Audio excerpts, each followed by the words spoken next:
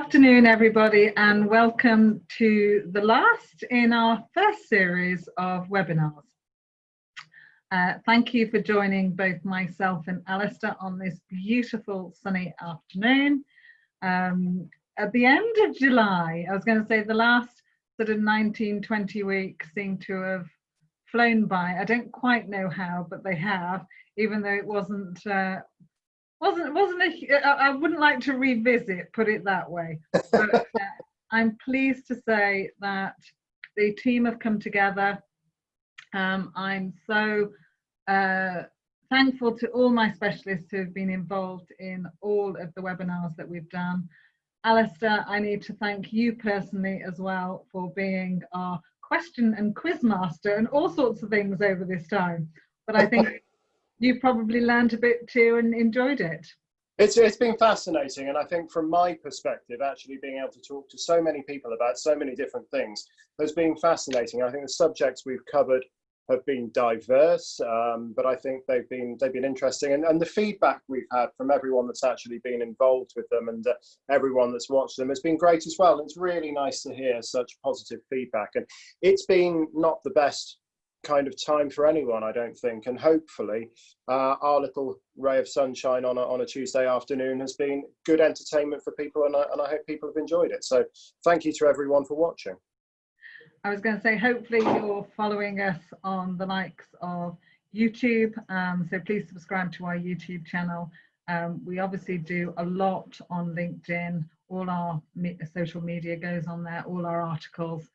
We try and keep you up to date with what's happening within the industry, what's happening in the art market, and if there's, the price of gold is going up, or if something is selling that is unusual, we always try and make sure we post that information on LinkedIn and Twitter.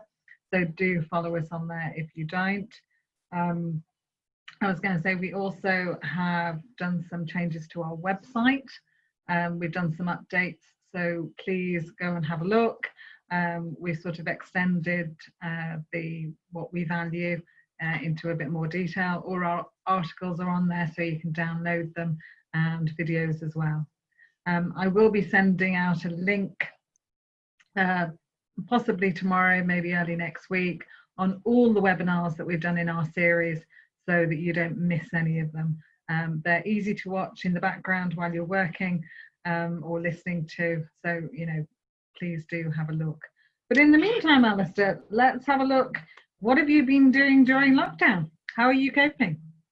Well, I think it's been a bit of a strange one, as I said, for everyone, in terms of what we've been doing as a company and what we've been trying to achieve in actually completing valuations for customers. Now, I think when we first started this and first approached it, when lockdown first happened, we initially thought, okay, what are we going to be able to do? And it was fortunate that we actually managed to go back to a lot of valuations that we've done and actually reassess them and do what is known in our industry as a desktop valuation, which has been useful for a lot of clients. And actually that's turned into some situations whereby a few anomalies have kind of shown up in these things, and we're actually managing to get back out to see them now, which is really good news. Towards the end of lockdown, and obviously over the last few weeks, we've been able to get back out and see people, which has been a light relief, if nothing else. Actually, when like me, you used to kind of seeing lots and lots of different people every week and lots of interesting items. Being stuck in a farmhouse in Lincolnshire hasn't been exactly the most fascinating thing. However, it's been nice to see people's faces and get out and actually get back to doing valuation work again. And I think people are kind of quite accepting of the fact that these are things that need to be done, and obviously we're approaching them in PPE with gloves and masks, and again actually having to take tests, which we've been doing before going into properties as well. So we like to think that we're prepared in order to go into these properties. I think this time has given us the option, to reflect, and looking back on valuations that we've done and contacting our valuable clients during this period. We've very much been sort of touching base with them, certainly if figures have gone up, or offering to review reports. So that has been very much taken up by our clients. We've also had clients that have wanted to try and get valuations for items that obviously we couldn't get out at the time. So we were doing obviously desktops on those as well from information. Not that I'm a huge fan of that, because we always like to go out and see our clients, but it did give us the opportunity to actually help them. And that's very much what we focus on doing, you know, making sure that clients can adequately insure their items, but also being there for the brokers and the insurers.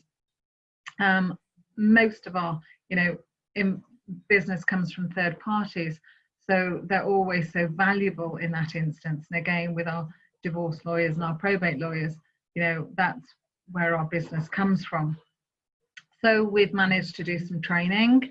Alastair and I have been very busy doing presentations to groups within insurers and within brokers on what our business is, how we can help you, and looking at some of the movements in the marketplace and where things have gone up and down. We've obviously been writing a lot of articles during this period, so we've been making sure that we are visible through our marketing and through our articles. And again, if you're looking as an insurer or a broker or even a lawyer that you would like any of your staff to have training on what we offer and how valuations actually take place, the process that we do, and where values are, where the comparables come from, then we're always really, really delighted to do that for you. I'm pleased to get in front of your team. It does make a huge difference. So now that we are back in the field and we're out seeing our clients, it's what can we do to help? You know, we've seen markets fluctuate during this time. And again, Alastair, if we can sort of look and have a chat about that and what's been going up in the market, what's been going down. Obviously, auctions have been still taking place and they've become a very different animal. I mean, the auction world has, when this was first announced, I mean, I deal with certain auction houses very closely, and there was just a wave of panic about what people were going to do, where things were going to be coming from, how things were going to be sold, and just basically a major panic about the industry. And from one of my auctioneer friends, he said, whatever you think the auction world is going to do, the total opposite always happens. And I think this is actually what has happened in this case, because everyone was worried about, there were some big hitting things that were coming up and they were all expected and everyone knew they were coming to market, and everyone was thinking, oh gosh, what's going to happen here? And again, it's just completely confounded everyone, and you know, values of things have actually shot up, and it's been remarkable really the way in which it's gone. And you know, we'll talk about some examples in a moment, but it hasn't just been it hasn't just been real top level items.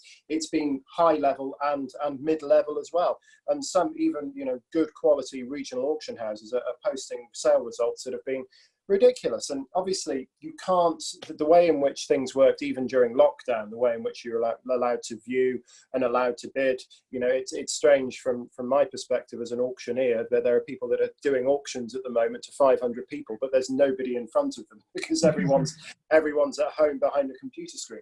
But it's I think, is this here to stay? And I think the possibility is, to a certain degree, yes. I think there are going to be circumstances where people are still crammed into a room, but not for a little while. Do you think that people have had time to review sales online? Have they had time to actually look and take themselves through the catalogues, where normally they may have, you know, had a quick flick to see if anything was of interest? I mean, we highlighted recently a pair of 19th century rosewood and cane back Regency armchairs.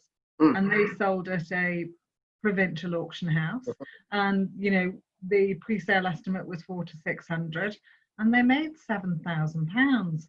Now, my viewpoint on that, in terms of estimates from, and this isn't a slur in any way, but certain estimates from certain regional auction houses are not necessarily an estimate. They're a price in which the vendor will be happy to sell them at.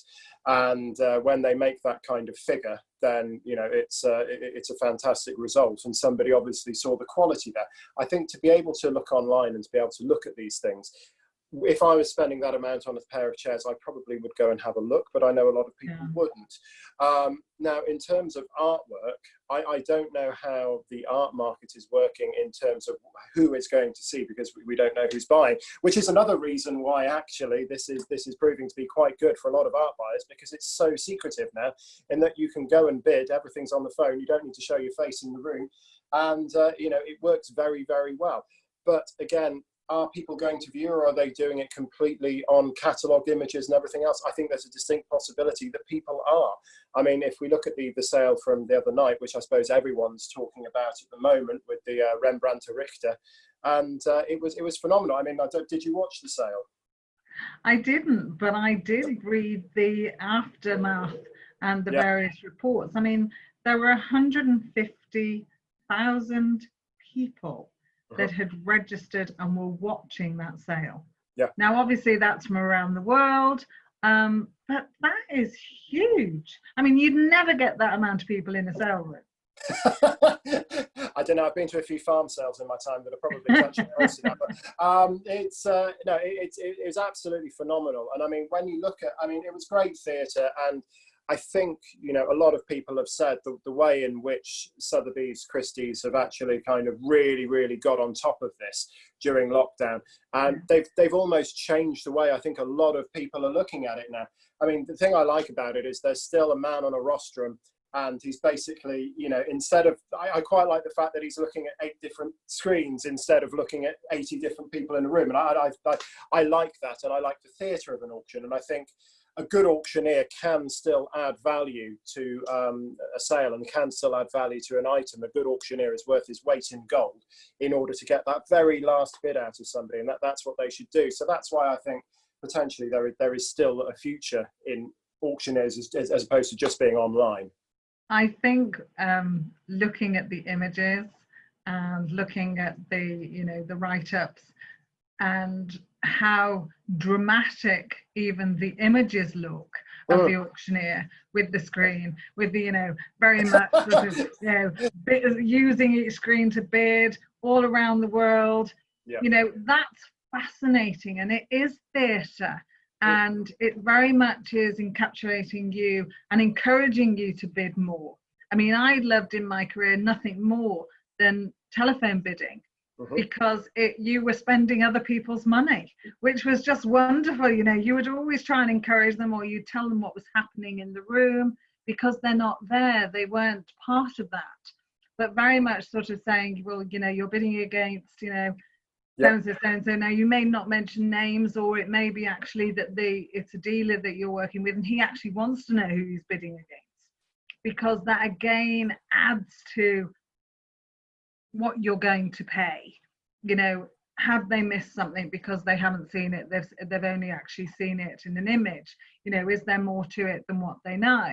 So it was always quite interesting of who they were bidding against. I would say my role as an auctioneer, and I've always considered my role as an auctioneer, whether I'm selling something for £20 or £20 million, is to be looking at that person that is about to bid, and to be convincing them that one more bid and you could have this. One more bid and it could be yours. And whether that's £1 or whether it's £100,000 increments, it doesn't matter. That is your job as an auctioneer, and you staring at them going, you know what, this could be yours. And if that makes, you know, more money for the client, then that's the point of a good auctioneer. So I would like to think that there is still always going to be a place for that. And if you looked at the phone bidding actually that they had at Sotheby's the other day, it was brilliant the way it was all laid out. Obviously social distancing and everything else like that. But it was just very, very well done, and some of the figures they got were phenomenal. I think I've got a couple of images actually. Let's bring some up here, because I did have a look at some of the things. Obviously the Miro that sold, the Juan Miro, there we are, and that sold for 22 million, which is phenomenal. Again, the great thing, the great theatre about it, all the banks of telephone lines that were actually bidding, this was stood right behind them. So when the camera panned to them, you could just see this behind them throughout the entire sale. So it worked really, really well. So lots and, you know, fantastic bidding for that. Estimate of 20 to 30, you know, and yeah, did very well. And obviously one of the other... It didn't fly though, Alastair. No, it was around 18 mil. There was a little bit of a stumbling block. And I was watching it thinking, well, you're probably not going to sell it at 18 million. And eventually it crept up over the 20 and then kept going a little bit from that. And of course, Sotheby's include premium in their published prices. I think Sotheby's would probably include transport if they could do. But it's, so yeah, it made just over the figure. And yeah, I mean, it's, again. But if you look at history, so if we look at the auction sales, the end of July was never a month that you would hold a big picture sale. No, but what they've done is they completely changed everything again, and it all goes back to Salvatore Mundi a couple of years ago when they sold that and they put it in a contemporary sale because they thought, you know what, it doesn't matter anymore. It doesn't matter if I'm selling this as you know, Rembrandt or Richter. It completely defines it, because what you're doing is you're selling completely different paintings from completely different periods in completely different styles in the same sale. And because you're doing that, there are so many different people that are interested in it. And it's completely changed the market. So now I think the way in which they're approaching it, I think, which will be exactly the same for everyone for a very long time now, is that it doesn't matter. Selling by periods, people are collecting paintings because they like them. It's not whether it's Victorian, it's not whether it's old masters, it's not whether it's, you know, British modern. You can put them in the same sale and actually manage to condense your sale into something that's very good and have, you know, a more regular kind of sale catalogue. And I think it's a really different way of doing it, but I think we've got to find different ways of selling paintings at the moment. And I think that is the way in which it's going to go. But as a collector, I think it also opens your eyes. Well, it does, of course it does. Other areas. You know, if you predominantly have only ever bought contemporary, and then you're suddenly being given an old master in the same sale, that, you know, the history of that piece, and, you know, I often feel that old masters don't always carry the values that they should do, because, you know, it's a very different market, but, you know, the whole history to that piece is very different to a contemporary work. But I think it's so nice that they're sort of cross-pollinating. Yeah, you know, I think it's great. Collectors will sort of shift their vision. But what it's brilliant for is the private market, because the private market, let's be perfectly honest, if you're going to see, and you're not necessarily an avid painting collector, but you've got some money to spend and you want to buy some nice paintings, in a lot of people's minds, it won't matter what period or what movement it was from. It's just a nice painting. So if you have these kind of things whereby they're displaying paintings from all different kind of eras and all different styles, I think it's fantastic, because you can fall in love with a painting that's completely out of your knowledge or anything else like that. If you're into old masters and you can see I don't know, a Warhol or something like that on the wall and just go, isn't that phenomenal? I need to own it, or vice versa. And I think the ability that we now have with sale rooms doing what they're doing, I think really will give it a big boost. And I think it'll, in this day and age, I think we need to be doing, and I think the sale rooms need to be doing as much as they can to encourage more people to go into sales and encourage more people to bid. And I think this is working. Yeah, I must admit, I've been really impressed at what Christie's and Sotheby's have done in this market. And I think, you know, they have shown that auctions can take place. I think they have also, whether it ever returns to being like it previously was, is going to be an interesting one. You know, will catalogues still exist, or will they suddenly become, you know, the fact that you can turn a painting round in 360 degrees upside down, you know, etc. I think a physical catalogue will always have a place, if nothing else but when somebody comes to your house and they'll say, oh gosh, isn't that a lovely picture? Okay, well, actually, I bought it at Sotheby's, and here's the rundown in the catalogue. So it's, I think cataloguing and printed catalogues will always have a place, if nothing else than the person who buys the painting just to have as part of their their repertoire when it comes to talking about it. But yeah, it's but I totally agree. I think they've done a really, really good job in basically coming out of a situation that really could have been very, very, very bad for everyone in the art industry. And I think what they've managed to do is actually not kind of hold up the art industry, but I think they've managed to convince people that the art industry is still booming, and it still will be for a little while. What did you think of the Rembrandt?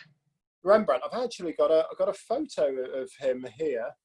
Well, Ben, one of our specialists, put out a piece on Monday with regards to this work, because again, he loves it and thought that it was going to fly, and it didn't. It sort of was within the estimate that was given. I think Ben suggested around 20 million, and we ended up at 14.5. I thought it would make more. You know, it's one of only 3 self-portraits that are around. The last one that's ever likely really to come onto market for a very, very, very long time. And when you think about old masters, and you think about the kings, you know, it's Rembrandt. You know, you can't really emphasize that too much. And yes, 14.5 million quid is a lot of money for a relatively small picture and a self-portrait as well. But if we look at the backstory behind it, everything that with regard to it, is it top whack? I think it might be a little low, but to the same degree, it's still a reasonable amount of money for quite a small painting. But beautiful. It's charming. I mean, it's absolutely charming. You can't quite see it, but another lovely thing about it, where it's signed halfway up, just beneath his ruff. It's brilliant. It just, you know, it's everything you want it's everything you want an old master's painting to be. You know, lovely lighting, good ruff, and a good hat, and a lot of hair. So before we move from paintings, is there anything else that you've spotted over the lockdown period that's done well? Chinese market seems to be very, very buoyant as well. And Sotheby's in Hong Kong had a really, really, really good sale with some stuff that I don't profess to knowing the Chinese market particularly well, if I'm being totally honest. It's such ceramics? Ceramics have been pretty good. I think it's been pretty solid. Studio pottery, I know a few sales that have had some really good figures on Hans Koper and things like that, which traditionally have always been strong. And I think in terms of where we are, I think that was where people were worried. I think those really top end things, people thinking, oh gosh, you know, are they going to be the people to view the auctions? Are they going to be the bidders? And if anything, it got stronger by, I think, as you were saying earlier, people being at home thinking, you know what, I've always wanted one of them. I can look at the catalogue and, oh gosh, isn't that lovely? Well, I wouldn't normally, but go on. And, you know, again, it's thinking I can own this for a certain amount of money. And I think potentially people thought they might have had some bargains during lockdown, and it just didn't happen.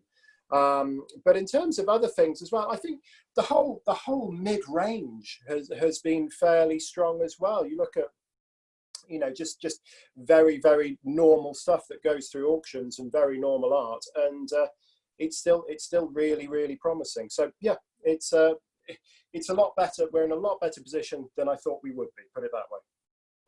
Yes, I was going to say, if you were a broker insuring clients' goods at the moment, I don't think that prices have changed, that you would automatically, you know, be questioning whether the values were right. Okay, we've seen the price of gold today. Oh, yeah. Unreal. I mean, I think I actually had a look earlier today, and I think we had a chat about it, and gold has reached, you know, the highest price that it's been. And back on the 16th of March, I kind of used that as a good cut-off date. The spot price was 1,217, and now it's up over £1,500 on an ounce on spot price, which is phenomenal, really, to be honest. Now, I remember back in I think it was about 2011, we saw the last really big hike in gold prices, and everyone was getting rid of absolutely everything then and thinking there's no way in the world it's going to get any higher than this. And there we go. Today, it's just, you know, I think it's it's a COVID related thing, but still it's but it's going to have an effect, and I think this is an important thing to mention. It's going to have an effect on the price of jewellery, and whilst it won't seem a lot, if you bear in mind the increase in which jewellers kind of actually put on things in order to sell things and their profit margins, it will go up. And the cost of labour to manufacture jewellery is going to go up because they haven't been able to do it for quite a while. And so when they do finally come back at Cartier or at Tiffany, the cost of things is going to go up, I think, if anything. Now, we have obviously seen that jewellers' shops have been closed. Now, I don't know whether that is, and also the fact that we've not had the influence of the Chinese traveller coming through London. So I think there has been a small amount of, maybe their sales haven't been as great.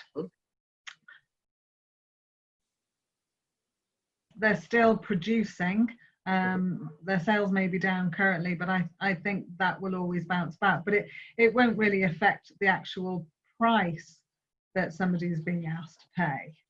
I think if you went into a jeweller's in February and you went into a jeweller's today and you're looking at exactly the same ring or exactly the same necklace, I don't think the price would be any different. I think if we're looking potentially on the secondary market, will it have a slight difference? Possibly, but I think in terms of insurance, and when we're looking at figures for insurance specifically, I do not think that you would be, I don't think that any of the big jewelers will be dropping their prices in order to attract new buyers, put it that way, because I don't think they need to. No. Now, I know, Alastair, you have a personal passion of watches. What's the secondary market been doing there?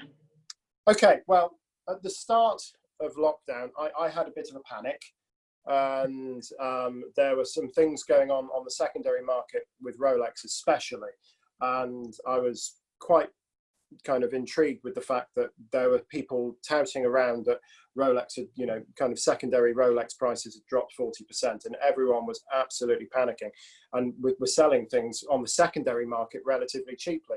I went out and bought an Explorer quite cheaply comparatively, and then within 3 or 4 weeks it had all bounced back again, and now there is no difference at all to what it was before. So I think the first instance of it hitting, and the first instance of everyone panicking, and it's almost a domino effect of people worrying about the fact that these prices were going to absolutely plummet. They didn't plummet, and if anything, they've come back and they're just as strong. So do I think it's hit that market particularly hard? No. I think the problem is secondary Rolex, for example, have always been very culture and fashion driven. So it's always so much more reliant than, let's say, Omega or Patek Philippe or anyone like that who can maintain their value regardless of culture and fashion. Rolex has always been like this, predominantly upwards, obviously, in the past 10, 15 years. So I think that was the issue that there could have been. And whilst it did drop, and there's no denying it did drop because I took advantage of it as a purchaser, it did come back up again. And currently, I would say where things are price-wise is near as you can get to where it was back in March. Excellent. So was there anything else in the sales that you've sort of taken advantage of? Have you been purchasing? No, it was literally a point where I thought, okay, it'd come up, and I thought I wanted one for a while, and I thought, okay, well, you're going to buy one anyway, so why not do it at this point? So that was my reaction to that. Well, I know you've been a supporter to John Lewis over this time. Slightly different area of the market. Well, yeah, unfortunately, it was a case where, being in lockdown, everything in my house decided to die, from the oven to the toaster to the Hoover. And now the washing machine is starting to look a little bit ropey as well. So I was thinking, oh no, I swear it's just, it's actually, I've never looked, I swear it's just my wife telling me these things because she wants something new, but you never know. Well, I know we're both delighted to be back at work. Not that we haven't been at work, because we have. We've been working hard behind the scenes with our various webinars and all sorts that we've been doing. Is there anything coming up that we should highlight? I mean, I know that the BA sale that's got a lovely Bridgette Riley in there. Yeah. is an online auction. It's not actually taking place. It's physically online. I think these timed auctions are potentially going to be another thing that come in quite a lot over the next 6 months. Yeah. I just think that it's quite a useful way, especially when you're dealing with corporate clients who can put things online effectively, and Bonham, Sotheby's, Christie's use their power in order to sell these things, and the paintings will stay wherever they are until they're sold. I think the BA thing is quite sad, but it is you know, it's one of those things, unfortunately. Do I think? I think the sale actually finishes today. Oh, does it really? Yeah, it's the modern and British art sale, I think, that was running from about the 20th of July to the 30th. So it'll be interesting to see how that gets on, because that, again, a beautiful piece. Bridgette Riley being a great name. But do you think, though, that being a piece that has come from BA in their time of need will taint its price? That's a question I always ask with these things. Does it mean that, you know, it'll always be referred to as the Bridgette Riley that BA had to sell? I don't know. Oh, hadn't thought of it like that. Mm. It's a funny, and I can't quite quantify it, but I always think that there is potentially something along those lines where people will think, would I rather buy one from a vendor who wanted to sell it? Now, I know that Rupert was highlighting a book sale that was also happening, that I think was taking place at Christie's, that I know that. Oh, the Mary Queen Knots. That was it. Yeah, it sold last night, and I did. Did it? Yeah, I did see what it made, but I haven't got it here. But yes, no, it did sell, and I think it did pretty well, actually, from what I remember. But I haven't got the figure to hand, I'm afraid. I don't know if anyone. Oh, well, I'll make sure we post it on LinkedIn so that everyone can know. Yeah, I mean, the same with the results from the Riley as well, which would be a good thing. Yes, yeah, no, we'll definitely have something to say about that. It was, yeah, I mean, again, it goes to show that there is still amazing stuff out there, and people aren't afraid to put it up for sale at the moment, because I think that, you know, when you're selling these items, you're obviously worried about whether it's going to make what it should make in the current situation, and I think a lot of people have proven that things are making what they should make. Which is good, It's good for us all. Well, exactly. Well, right, well, as we're coming to a close in today's webinar, I did want to mention that we have been doing some updates to our website, but also we've seen, sadly, I'd say, increases in our probate and our divorce valuations that we do, because we don't just concentrate on insurance, we also do valuations for those areas as well as sale valuations. So we have seen increases, and obviously probate is a very important area, and Alastair and I were very lucky earlier on in lockdown to be included in a webinar with a lawyer and also a property valuer, so that we were talking about the process of evaluation for probate. But again, we've seen quite a few divorce valuations that we've been involved in. Again, always very sensitive areas, and it's a shame that you know, we have to do them, but obviously valuing assets is a real important to both family and also, you know, as people part, to make sure that they are correctly valued. Yeah, we will be.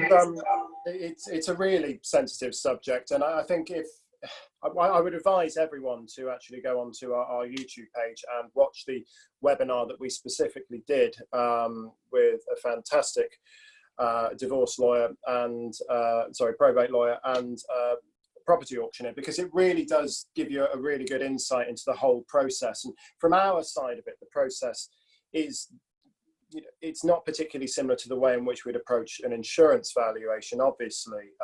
And again, it's all about, I think you need to be so careful with the clients, and ultimately, you know, if I'm on an insurance job and I see something that's absolutely phenomenal, I will tell the client and say, you know, it's an honor to see this picture. And whereas if you're on a slightly different job, you probably don't want to be broadcasting that fact, in all honesty. And you know, it can be very, very touchy, and understandably so, I would say. But the way in which we approach things are very different. And unfortunately, at the moment, we're seeing a lot more of them. But that is the nature of our times, I'm afraid.